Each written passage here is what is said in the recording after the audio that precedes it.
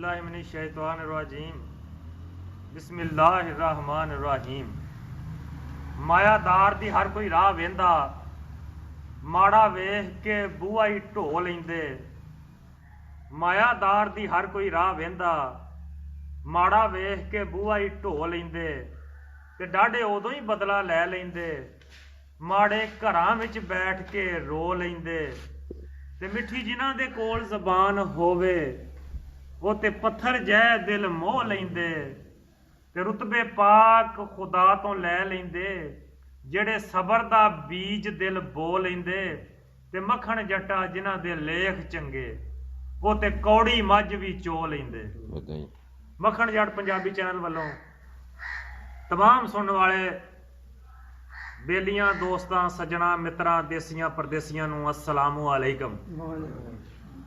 तो मक्खण जट तुहाडा मेज़बान अज एक नवीं पंजाबी बैठक लैके अपने सज्जणा बेलियां मित्रां ते बजुर्गां नाल हाज़रे खिदमत आ।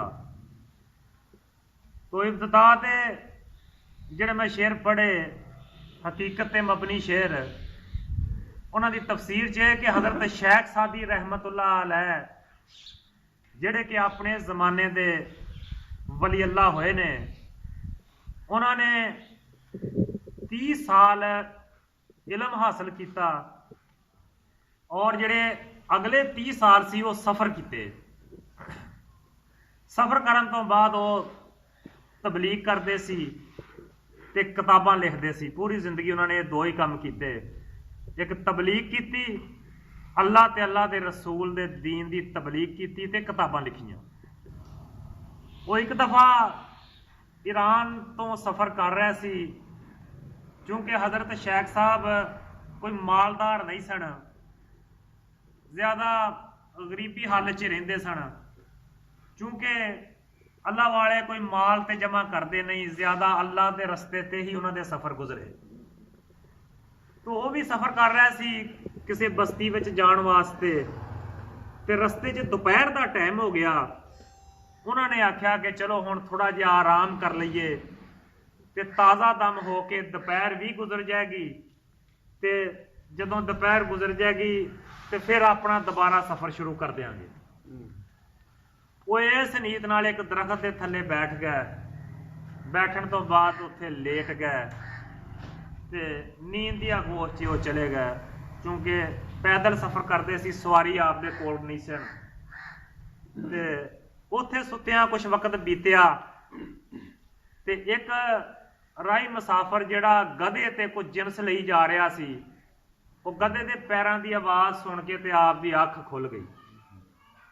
आपने जदों उठ के देखिया कि एक शख्स गधे ते एक जिनस लद के लई जा रहा, उन्हें जिहड़ी वो भैणी हुंदी जिहड़ी उपर रखी हुंदी छट जिहनूं कहंदे आ, ओहदे एक पासे जिनस पाई हुई सी ते दूसरी साइड ते इट्टां रख के ते वजन बराबर किया सी।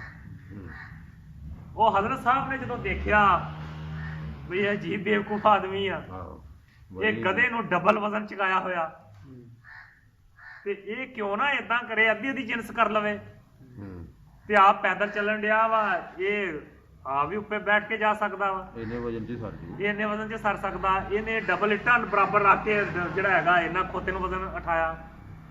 तो उन्हें आवाज़ मार के भलाई वास्ते, क्योंकि लोग हमेशा इंसानियत दे भले दी गल करते आ, इन्हां दा अपना लालच नहीं हुंदा विच। उन्हें आवाज़ मारी, वो शख्स खड़ा हो गया। ते हज़रत शेख सादी रहमतुल्लाह अलैह कहण लगे, यार अगर मैं तेन कोई इंज दा कम कर दियां कि तू खुद भी गधे ते बैठ जावे, तेरा सफ़र आसानी ना गुजर जावे, ते तेरा गधा भी वजन ज़्यादा महसूस ना करे। उन्हें कहा जी अगर इस तरह हो जाए तो फिर क्या बात आ, मैं भी थकेवे तो बच जाऊँगा, थकावट तो बच जाऊँगा, मेरा सफ़र भी आसान हो जाएगा। तो कोई बहुत बड़ा फार्मूला तो है नहीं सी। आपने वो इट्टां लाइयां, वो जिनस जिहड़ी अद्धो अद्धी कर दी, अद्धी उस छट च पर करती, अद्धे इधर करती, वजन बराबर हो गया। आपने कहा लै भी सज्जना हुण तू भी उपर बैठ जा। जदों वो उपर बैठ गया तो गधे ने वजन चक लिया। आपने कहा ठीक है भी हुण तू जा सकदा, सफ़र कर सकदा। वो शख्स इंज अपने वाल वेख के कहण लगा, बई जी तुसीं इवें इत्थे किस तरह बैठे आ इस जाड़ बियाबान च।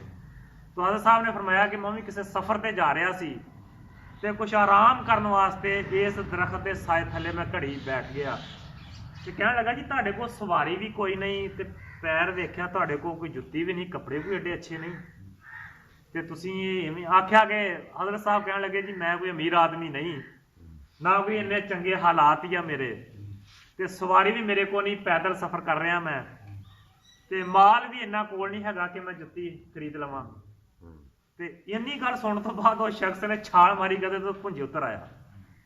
ਉਹਨੇ ਕਿਹਾ ਅੱਛਾ ਤੇ ਗੱਲਾਂ ਇੱਕ ਮਾਲਦਾਰ ਨਾਲ ਕਰਦਾ ਮਸ਼ਵਰੇ ਉਹ ਸਾਨੂੰ ਮੱਤਾ ਇੱਕ ਮਾਲਦਾਰ ਨੂੰ ਦਿੰਦਾ ਆਪ ਕੁਛ ਹੈ ਕੋਈ ਭੁੱਖਾ ਨੰਗਾ ਕੰਗਲਾ ਤੂੰ, ਤੇਰੇ ਕੋਲ ਸ਼ੈ ਕੋਈ ਨਹੀਂ, ਤੇ ਤੂੰ ਜਿਹੜਾ ਇੰਨੀ ਜਿਨਸ ਲਈ ਜਾ ਰਿਹਾ ਤੇ ਇੱਕ ਅਦਦ ਗਧੇ ਦਾ ਵੀ ਮਾਲਕ ਆ ਤੇ ਕੁਛ ਰਕਮ ਵੀ ਜੇਬ 'ਚ ਪੂਰੀ ਆ, ਤੇ ਤੂੰ ਮੱਤਾਂ ਉੱਠ ਕੇ ਮੈਨੂੰ ਦੇਣ ਡਿਆ, ਜਾ ਮੈਂ ਤੇਰੀ ਗੱਲ ਨਹੀਂ ਮੰਨਦਾ, ਤੂੰ ਕੱਲੀ ਅਕਲ ਹੀ ਨਹੀਂ ਫਿਰਦਾ, ਰੱਖ ਆਪਣੀ ਅਕਲ ਆਪਦੇ ਕੋਲ, ਮੈਂ ਨਹੀਂ ਤੇਰੀ ਅਕਲ ਲੈਂਦਾ, ਚੰਗੇ ਭਲੇ ਅਮੀਰ ਆਦਮ ਨੂੰ ਭੁੱਖਾ ਕੰਗਣਾ ਮੱਤਾਂ ਦੇਣ ਡਿਆ, ਮੈਂ ਤੇਰੀ ਮੱਤ ਕੋਈ ਨਹੀਂ ਲੈਂਦਾ। ਭੁੰਜੇ ਉਤਰਿਆ, ਉਵੇਂ ਜਿੰਸ ਕੱਢ ਕੇ ਉੱਚੇ ਪਾਈ, ਇੱਟਾਂ ਬਰਾਬਰ ਤੇ ਰੱਖੀਆਂ ਤੇ ਪੈਦਲ ਤੁਰ ਪਿਆ, ਤੇ ਪੈਦਲ ਤੁਰ ਪਿਆ।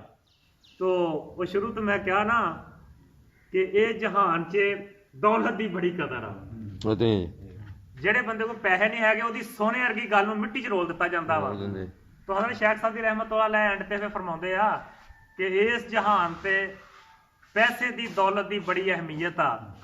ਤੇ ਅੱਜ ਵੀ ਤੁਸੀਂ ਵੇਖ ਲਓ ਕਿ ਜਿਹੜੇ ਬੰਦੇ ਕੋਲ ਪੈਸੇ ਆ, ਦੌਲਤ ਆ, ਮਾਲ ਆ, ਗੱਡੀ ਚੰਗੀ ਹੈ, ਗੱਡੀ ਚੰਗੀ ਆ, ਜਿਹਦੇ ਕੋਲ ਕੱਪੜੇ ਚੰਗੇ ਪਾਏ ਹੋਏ ਆ, ਤੇ ਉਹਦੀ ਜਨਾਬ ਗੱਲ ਨੂੰ ਇੰਜ ਪੱਲੇ ਬੰਨ ਲੈਣਗੇ ਭਾਵੇਂ ਉਹ 'ਚ ਨਿਹਰਾ ਹੀ ਘਾਟਾ ਹੋਵੇ। ਯਾਰ ਇਧਰੋਂ ਫੋਨ ਆਣ ਕੇ ਇੱਕ ਬਾਜ਼ਾਰੋਂ ਨਾਲ ਬ੍ਰੇਕ ਮਾਰਿਆ, ਆਪਾਂ ਤੁਹਾਡਾ ਚੌਧਰੀ ਸਾਹਿਬ ਆ ਗਿਆ, ਚੌਧਰੀ ਸਾਹਿਬ ਆ ਗਿਆ, ਤੇ ਬਾਬੇ ਸ਼ਰੀਫ ਵਰਗਾ ਬੰਦਾ ਵੀ ਸੋਨੇ ਵਰਗੀ ਗੱਲ ਵੀ ਕਰੇ, ਸਿਆਣਾ ਬਜ਼ੁਰਗ ਨਮਾਜੀ ਪਰਹੇਜ਼ਗਾਰ, ਚਾਚੇ ਕਾਇਆ ਕਿ ਤੂੰ ਯਾਰ ਕਾਨੀ ਚੱਟੀ ਜਾਂਦਾ, ਇਹ ਗੱਲ ਹਕੀਕਤ ਆ ਵਾਕਈ, ਇਹ ਕਾਨੀ ਖਾਈ ਜਾਂਦਾ ਵਾ। ਇਹ ਆਪਣਾ ਸੋ ਇਹ ਆਪਣੇ ਮੁਆਸ਼ਰੇ ਦੀ ਖਾਮੀ ਬਹੁਤ ਮੈਂ ਕਹਾਂਗਾ ਕਿ ਖਾਮੀ ਆ ਜਾਂ ਕੰਮ ਅਕਲੀ ਆ। ਹਾਲਾਂਕਿ ਹਦੀਸ ਸ਼ਰੀਫ 'ਚ ਆਇਆ ਵਾ ਕਿ ਗੱਲ ਕਰਨ ਵਾਲੇ ਹੱਲ ਨਾ ਵੇਖੋ, ਜਿਹੜੀ ਉਹ ਗੱਲ ਕਰ ਰਿਹਾ ਉਹਦੇ ਹੱਲ ਉਹ ਤੇ ਗੌਰ ਕਰੋ ਵੀ ਉਹ ਤੁਹਾਨੂੰ ਕਹਿ ਕੀ ਰਿਹਾ। ਅਗਰ ਉਹ ਗੱਲ ਸੱਚੀ ਕਰ ਰਿਹਾ, ਨਬੀ ਪਾਕ ਸੱਲੱਲਾਹੁ ਅਲੈਹਿ ਵਸੱਲਮ ਦਾ ਫਰਮਾਨ ਆ, ਅਗਰ ਗੱਲ ਹਕੀਕਤ ਨਾਲ ਭਰੀ ਕਰ ਰਿਹਾ, ਹੱਕ ਦੀ ਕਰ ਰਿਹਾ, ਸੱਚ ਦੀ ਕਰ ਰਿਹਾ, ਤੇ ਉਹ ਤੁਹਾਡੀ ਹੀ ਗੁੰਮ ਹੋਈ ਹੋਈ ਸ਼ੈ ਆ, ਉਹਨੂੰ ਤੁਸੀਂ ਲੈ ਲਓ, ਉਹਦੀ ਹਸੀਅਤ ਨਾਲ ਦੇਖੋ। ਤੇ ਅਗਰ ਕੋਈ ਗੱਲ ਬਾਤਲ ਦੀ ਕਰ ਰਿਹਾ, ਕੁਫਰ ਦੀ ਕਰ ਰਿਹਾ, ਸ਼ਿਰਕ ਦੀ ਕਰ ਰਿਹਾ, ਤੇ ਸਰਕਾਰ ਦਾ ਫਰਮਾਨ ਆ ਉਹ ਕਿਤਨਾ ਬੜਾ ਵੀ ਕਿਉਂ ਨਹੀਂ, ਉਹਦੀ ਗੱਲ ਨੂੰ ਰੱਦ ਕਰ ਦਿਓ। ਤੋ ਅੱਜ ਦੀ ਇਸ ਬੈਠਕ ਦਾ ਲੁਬੇ ਲਬਾਬ ਇਹ ਹੀ ਆ ਕਿ ਚੰਗੀ ਗੱਲ ਅਗਰ ਕਿਤਿਓਂ ਵੀ ਮਿਲੇ, ਕੋਈ ਵੀ ਕਰੇ, ਉਹਨੂੰ ਲੈ ਲਈਏ, ਕਦੀ ਵੀ ਦੌਲਤ ਦੇ ਤਰਾਜ਼ੂ ਦੇ ਨਾਲ ਵਿੱਚ ਨਾ ਤੋਲੀਏ, ਤੇ ਮਾੜੀ ਗੱਲ ਕੋਈ ਕਿਤਨਾ ਬੜਾ ਵੀ ਕਿਉਂ ਨਾ ਕਰਦਾ ਹੋਵੇ, ਉਹ ਗੱਲ ਮੰਨਣ ਤੋਂ ਇਨਕਾਰ ਕਰ ਦਈਏ, ਉਹਦੀ ਗੱਲ ਨੂੰ ਰੱਦ ਕਰ ਦਈਏ। ਤੇ ਬਾਤ ਚੰਗੀ ਲੱਗੀ ਹੋਵੇ, ਮੱਖਣ ਜੱਟ ਪੰਜਾਬੀ ਚੈਨਲ ਸਬਸਕ੍ਰਾਈਬ, ਸ਼ੇਅਰ ਤੇ ਲਾਈਕ ਕਰਿਆ ਜੇ। ਤੇ ਆਉਣ ਵਾਲੀ ਵੀਡੀਓ ਤੱਕ ਮੈਂ ਉਮੀਦ ਰੱਖਦਾ ਕਿ ਅੱਲਾ ਦੀ ਜ਼ਾਤ ਤੁਹਾਨੂੰ ਹਿਫਜ਼ੋ ਅਮਾਨ 'ਚ ਰੱਖੇਗੀ, ਤੋ ਆਪਣੇ ਰਹਿਮਤ ਦੇ ਸਾਏ 'ਚ ਰੱਖੇਗੀ। ਤੇ ਆਉਣ ਵਾਲੀ ਵੀਡੀਓ ਤੱਕ ਇਜਾਜ਼ਤ ਦਿਓ ਜੀ ਸਭ ਬੇਲੀਆਂ ਨੂੰ। ਅਸਲਾਮੁ ਅਲੈਕੁਮ, ਅੱਲਾਹ ਹਾਫ਼ਿਜ਼।